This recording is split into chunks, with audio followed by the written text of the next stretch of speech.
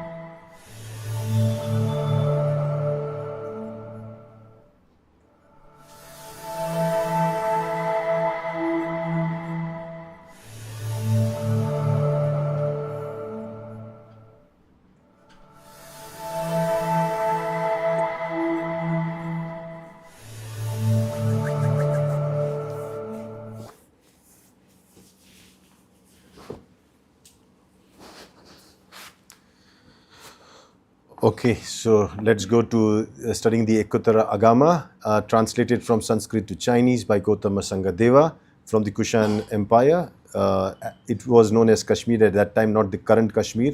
During the Eastern Qin dynasty or between 317 to 420 AD. Thanks to the efforts of the team under the guidance of Dr. Lim, that we are able to now bring it back from Chinese to English, and we are able to study that now. So going to Ekotara Agama 23.2, chapter 2 on Bakula. Thus have I heard.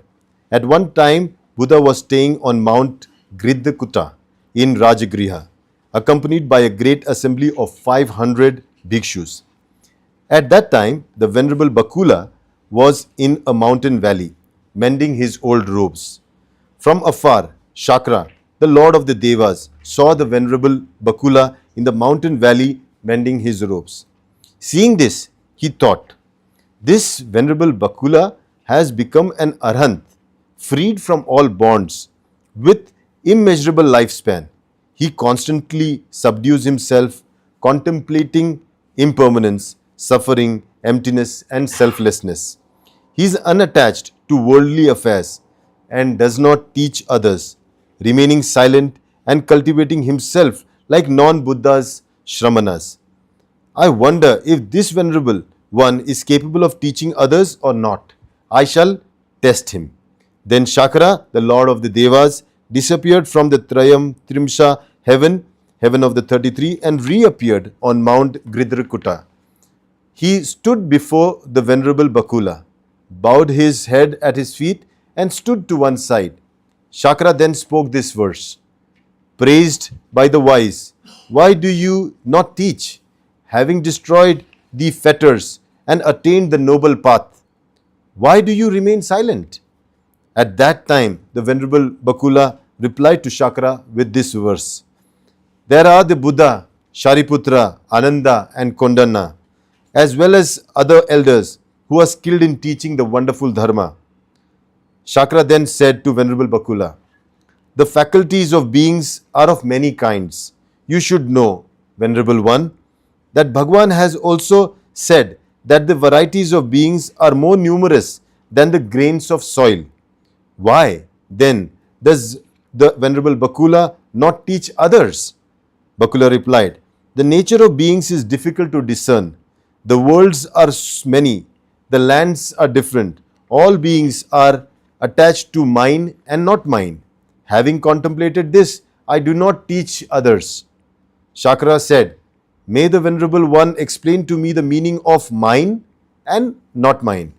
The Venerable Bakula said, the lifespan of beings, whether male, female, or of any other kind, depends on this life for their existence. Moreover, Kaushika, Bhagwan has said, Bhikshus, you should know that you should be diligent, not give rise to wrong teachings, and practice noble silence. Having contemplated this, I remained silent. At that time, Shakra, facing Bhagwan from afar, joined his palms and spoke this verse. I pay homage to the one of 10 powers, whose perfect light is free from dust and obscuration. He universally benefits all beings. This is truly extraordinary. The Venerable Bakula asked, why does Shakra say, this is truly extraordinary? Shakra replied, I recall that in the past I went to Bhagwan, bowed at his feet and asked him, what are the thoughts of gods and humans? At that time Bhagwan told me, the worlds are of many kinds, each distinct with different origins. Hearing this, I replied, indeed Bhagwan, the worlds are of many kinds, each distinct. If one teaches those beings, they will all receive and uphold teachings and some will attain results. For this reason I said, this is truly extraordinary. What the Venerable Bakula has said is also like this. The worlds are of many kinds, each distinct. At that time, Shakra thought, this Venerable One is capable of teaching others. It is not that he cannot. Then Shakra rose from his seat and departed. At that time, Shakra, having heard the Venerable Bakula's words, followed it with joy. Yes, Doctor. Yeah. So actually, this is very interesting, Sutra. He said this Bakura become Arhan, but he do not teach, no? Okay. So he's a pure Sravakan. Pure Sravakan, he do not teach, no, associate with the people. So he still remain the primary Sravakan, where sometimes they don't teach. Sometimes they don't teach, okay. So let's say it's not so easy. Or not all the other hand they can teach, no. So he one of the very few that who do not teach. Okay, there's nothing wrong with that. Okay, but that is the choices of some of them. Okay, yeah. Yeah. So, Doctor, can we take the next verse? This was very straightforward, yeah. Yeah. So, let's go to EA 23.3. Shrona Koti Vimsha. Thus have I heard. At one time, Buddha was staying by the Vajra Nirghosha Saras in the country of Champa. At that time, the Venerable Shrona Koti Vimsha was in a quiet place, practicing the Dharma. He did not abandon the 12 Shramanic practices, walked in meditation day and night, and never strayed from the teachings of the 37 factors of enlightenment. Whether sitting or walking, he constantly cultivated the true Dharma. During the first, middle, and last watches of the night, he continually disciplined himself without a moment's rest. Yet he was still unable to free his mind from the defilements of desire. The place where the Venerable Shrona walked was stained with blood from his injured feet, filling the roadside like a slaughterhouse where crows and magpies feed on blood. Still he could not free his mind from the defilements of desire. Then the Venerable Shrona thought, among the disciples of Shakyamuni Buddha, I am the foremost in ascetic practice and diligence. Yet today my mind is still not free from the defilements of desire. Moreover, my family is wealthy and possesses many treasures. Perhaps I should renounce the bhikshu life, return to lay life, and use my wealth to practice generosity. Being a bhikshu is indeed very difficult. At that time, Bhagwan, knowing Shrona's thoughts from afar, travelled through the air, arrived at the place where Shrona was walking. He spread out his sitting mat and sat. The Venerable Shrona approached the Bhagwan, bowed his head at his feet and sat to one side. Bhagwan asked Shrona, why did you think among the disciples of Shakyamuni Buddha I am the foremost in diligence and Shramanic practice?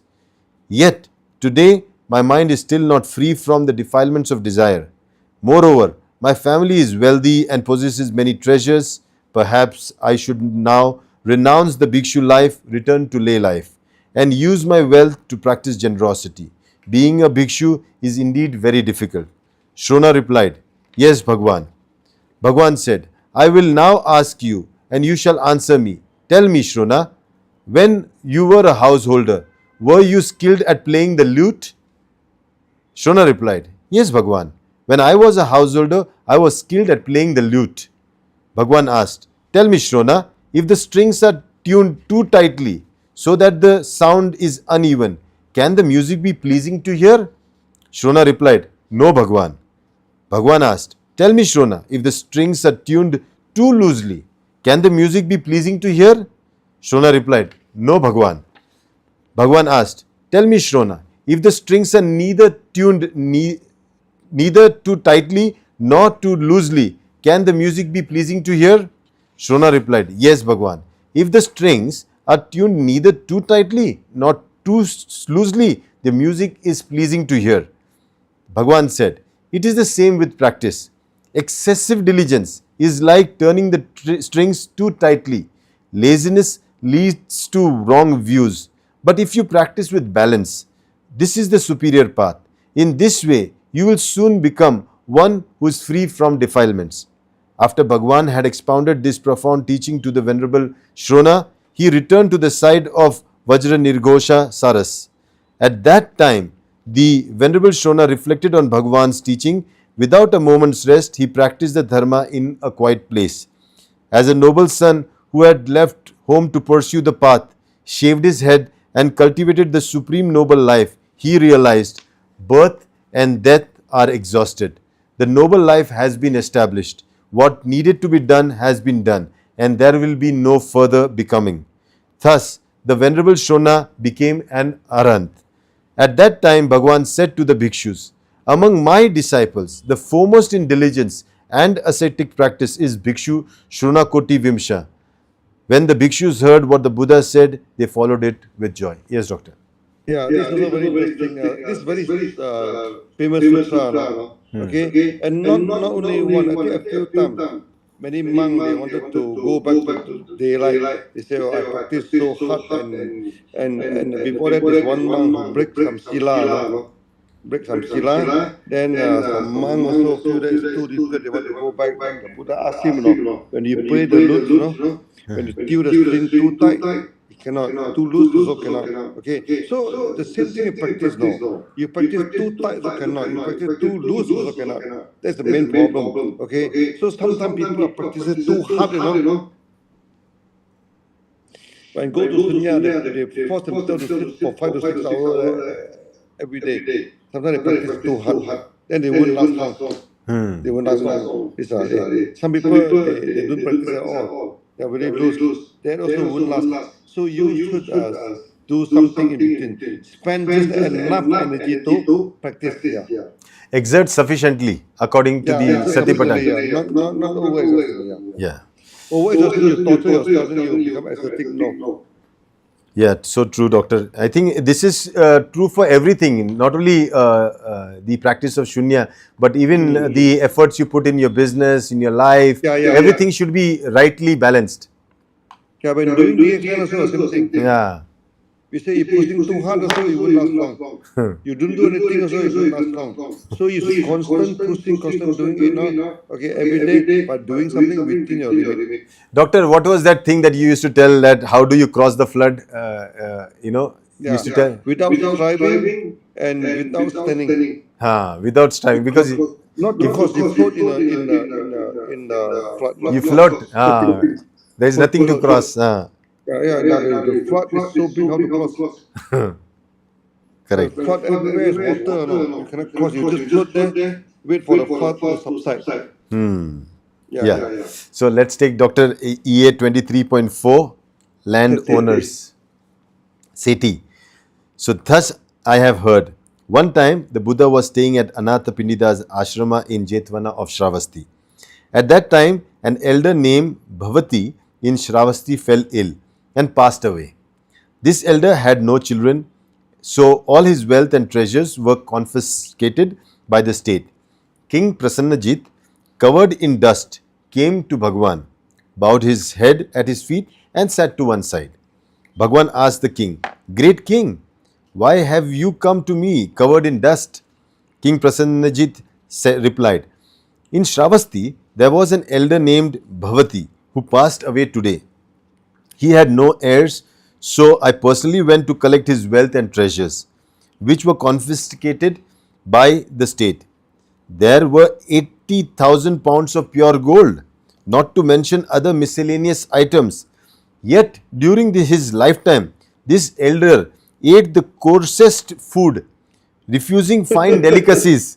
He wore dirty, unclean clothes and rode in a old carriage. Bhagwan said, "Indeed, great king, as you have said, a stingy person who acquires such wealth cannot enjoy it. They do not share it with their parents, wife, children, servants, or slaves, nor with friends, acquaintances, or even Shramanas, Brahmanas, and respected elders. But a wise person who acquires such wealth will practice generosity widely, giving without attachment and provide for Shramanas, Brahmanas, and virtuous elders." King Prasanajit asked, "Where has this elder Bhavati been reborn after his death?" Bhagwan replied, "This elder Bhavati has been reborn in the great weeping hell." Why is this? Because he severed his roots of goodness. When such a person dies, they are born in the Maha Rudira Naraka, that's the great weeping hell.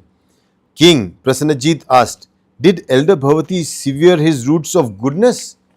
Bhagwan said, "Yes, great king, as you have said, this elder severed his roots of goodness. His past merits have been exhausted and he created no new ones."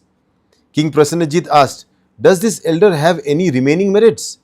Bhagwan replied, "No, great king, not even a trace of merit remains. He is like a farmer who only reaps without sowing, eventually falling into poverty and dying. This is because he only consumed his past merits without creating new ones. This elder is the same. He only consumed his past merits without creating new ones. Tonight, he will be in the Maharudir Naraka, the great weeping hell. At that time, King Prasanajit, filled with fear and wiping away his tears, said, "What good deeds did this elder perform in the past to be born into a wealthy family? And what unwholesome action did he commit that prevented him from enjoying his vast wealth and pleasures of life?" Bhagwan said, "Long ago, during the time of the Kashyapa Buddha, this elder was a farmer's son in Shravasti. After the Buddha's passing, a Pratyeka Buddha appeared and went to the elder's home. Seeing the Pratyeka Buddha outside his door, the elder thought, 'Such a noble being is rare in the world. I should offer him food.' He then offered food to the Pratyeka Buddha, who, after receiving it, flew into the sky and departed.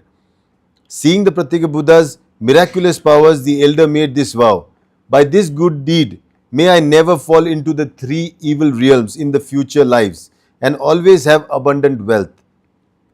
But later, he regretted his action, thinking, 'I should have given that food to my servants instead of that bald Shramana.'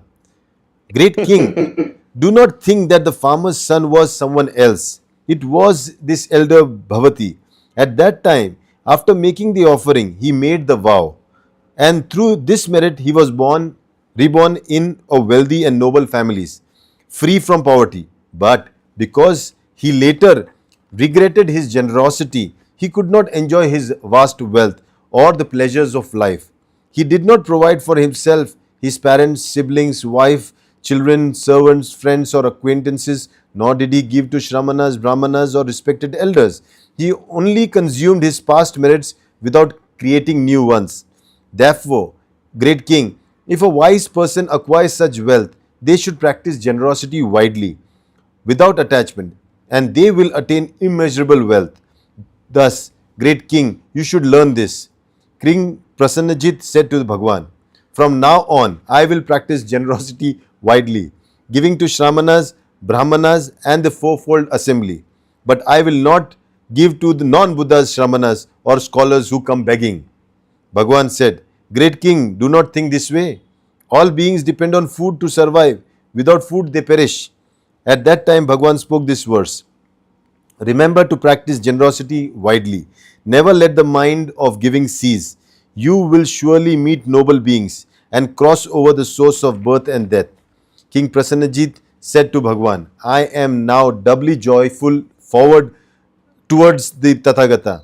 All beings depend on food to survive. Without food, they cannot exist. He then said, "From now on, I will practice generosity widely without any miserliness." At that time, Bhagwan expounded profound teachings to the king, and then the king rose from his seat, bowed his head at the Bhagwan's feet, and departed. King Prasanajit, having heard Bhagwan's word, followed it with joy. Yes, doctor. Yeah. Again, Buddha said that the practice for merit is not the main thing, you know. Use the practice for liberation, actually. Okay. So, like you see, the man, he practices a lot of merit, he get 80,000 pounds of gold. Actually, this 80,000 pounds of gold exhausted all his merit, you know. Exhausted all in the merit. So, when you make a lot of money and you do not use the money wisely, you do not donate the money. Actually, you are consuming your past merit. That is not a good thing, you know. Eventually, when the merit are exhausted, then you will be born in a sorry stage. Yeah. But doctor, a very nice example Buddha gave, that he was like a farmer who had sowed some seeds, got a good bumper crop, but from the crop he did not sow anything back. So now he is plowing without any sowing, and he's going to get nothing out of it. Yeah. No, he don't even plowing, no. He don't even do anything. Yeah. Okay, doctor, we take one more last one for today. 23.5. Yeah. Disagreeable and agreeable odors. Thus I have heard. One time the Buddha was staying at Anathapindida's ashrama in Jetwana of Shravasti. At that time, Venerable Ananda, in a quiet place, thought, "Is there a fragrance in the world that can be smelled against the wind, with the wind, and in all directions?" Then the Venerable Ananda rose from his seat, went to Bhagwan, bowed his head at his feet, and sat to one side. The Venerable Ananda said to Bhagwan, "While in a quiet place, I thought, is there a fragrance in the world that can be smelled against the wind, with the wind, and in all directions?" Bhagwan replied, "There is such a wonderful fragrance that can be smelled against the wind, with the wind, and in all directions." Ananda asked, "What is the fragrance that can be smelled against the wind, with the wind, and in all directions?" Bhagwan said, "There is such a fragrance, and its power can be smelled against the wind, with the wind, and in all directions." Ananda asked, "What is this fragrance that can be smelled against the wind, with the wind, and in all directions?" Bhagwan replied, Bhagwan said, "There are three kinds of fragrances that can be smelled against the wind, with the wind, and in all directions." Ananda asked, "What are the three?" Bhagwan said, "The fragrance of Shila, morality, the fragrance of Shruta, being heard or fame, and the fragrance of Dana, generosity."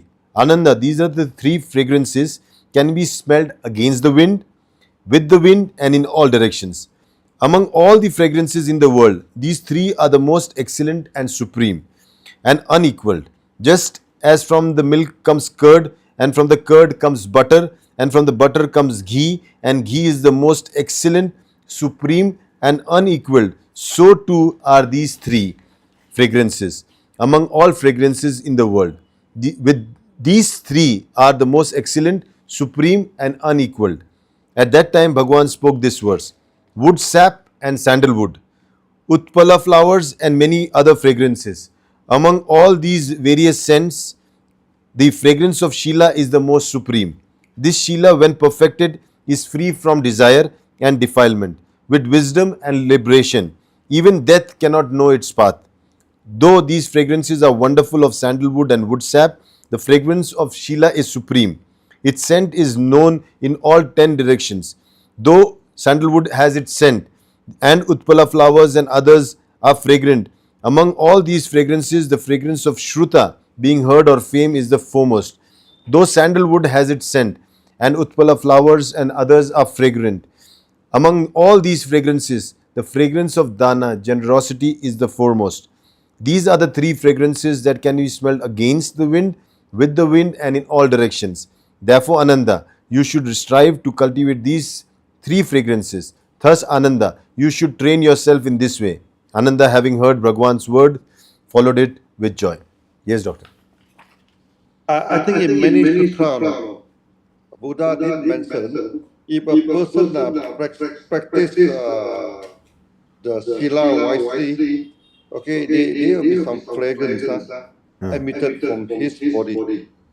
Okay, and people sometimes, and this fragrance sometimes can be physical.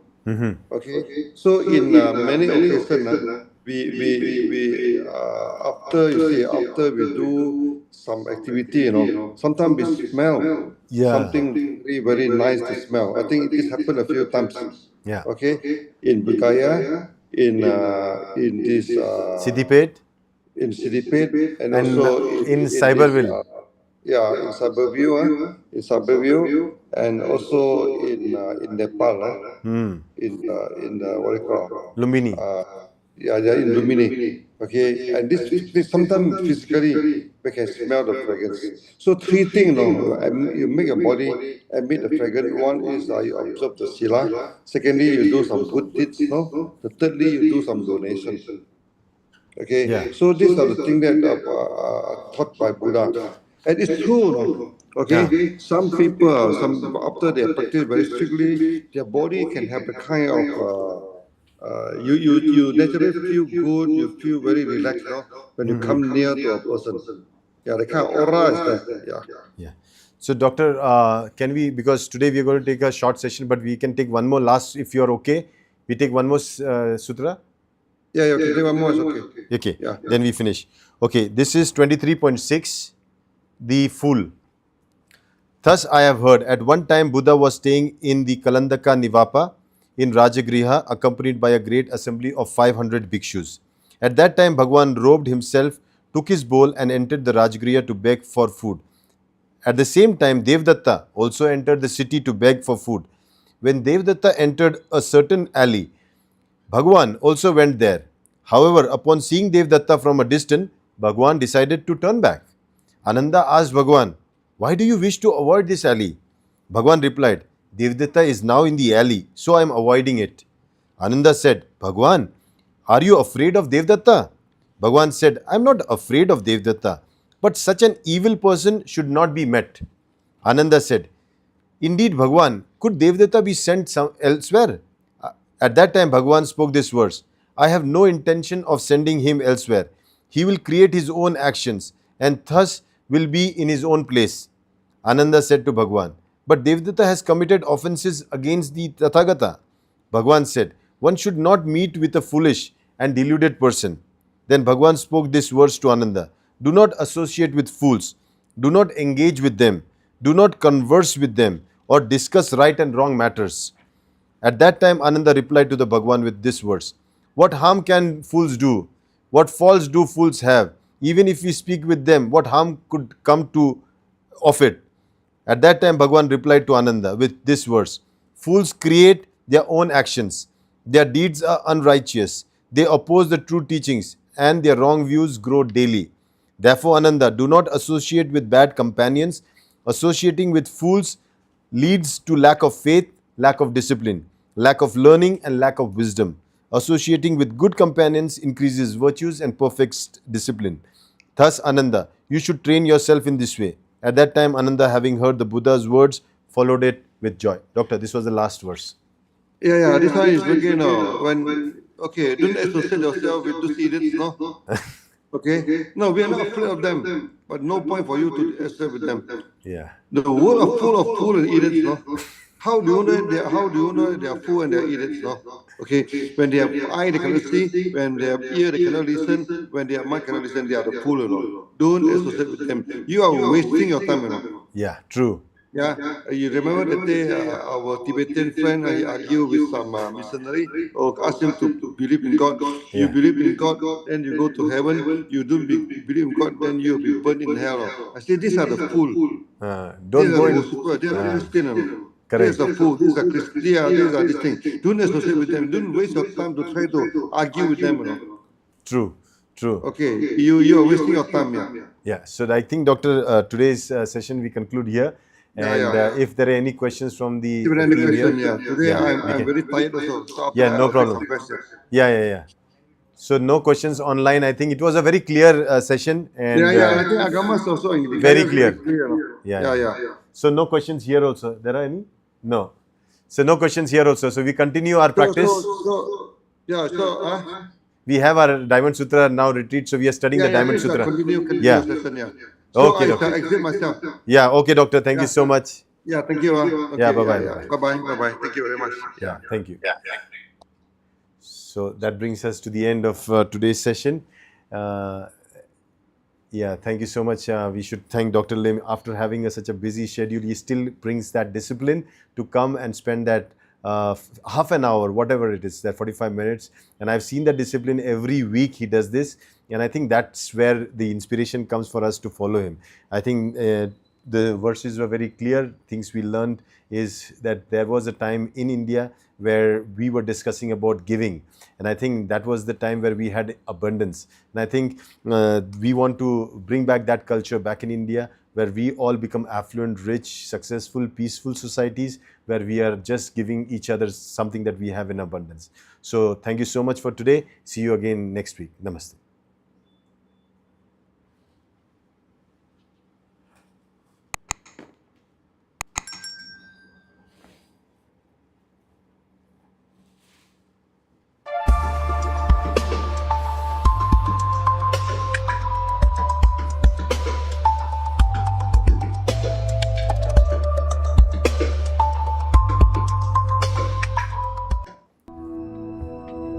Okay? Yes.